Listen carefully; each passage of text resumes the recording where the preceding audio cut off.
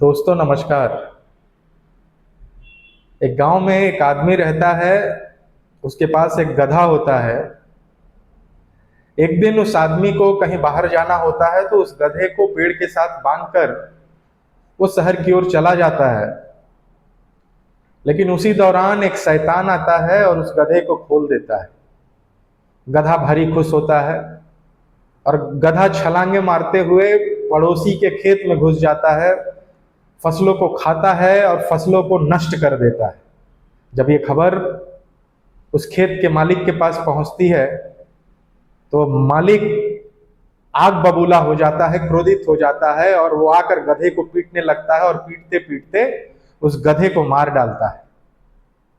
जब ये खबर गधे के मालिक की पत्नी एवं उनके बच्चों को पता चलता है तो मालिक की पत्नी उनके बच्चों को भेजती है और उनके बच्चे जाकर उस खेत के मालिक के घर को आग लगा देते हैं। यह सुनकर उस खेत का मालिक और भी आग बबूला हो जाता है और वो बंदूक लाता है और इन बच्चों को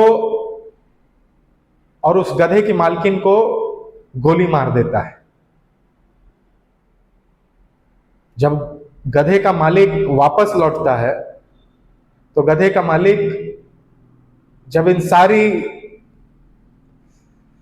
चीजों को देखता है तो उसको दुख होता है, लेकिन वो भी क्रोध में आकर, आवेश में आकर बंदूक उठाता है और चला जाता है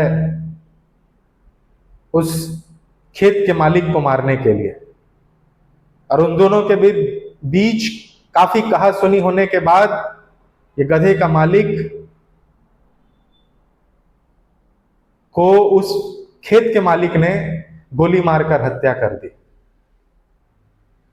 लेकिन जब वो हत्या कर देता है उस खेत के मालिक को बड़ा ही दुख होता है कि उसने ये क्या पाप कर डाला, और वो जोर जोर से चिल्लाने लगता है, रोने लगता है और भगवान से दुहाई करने लगता है कि हे प्रभु, मैंने कैसा पाप कर डाला।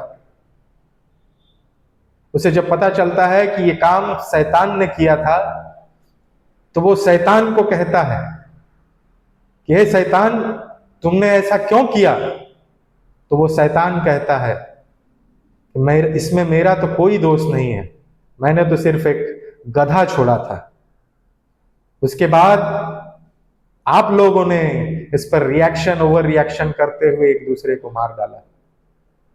साथियों, इस कहानी से यह शिक्षा मिलती है कि हमारे बीच भी ऐसे कई गधे छोड़े गए हैं शीर्ष में बैठे नेताओं के द्वारा, शीर्ष में बैठे उच्च पदाधिकारियों के द्वारा, और हम इन गधों के चक्कर में आपसी सौहार्द सद्भावना को नष्ट करते हुए एक दूसरे को मारते चले जा रहे हैं, एक दूसरे के प्रति वैर भावना रख रहे हैं। इस कहानी पर विचार कीजिएगा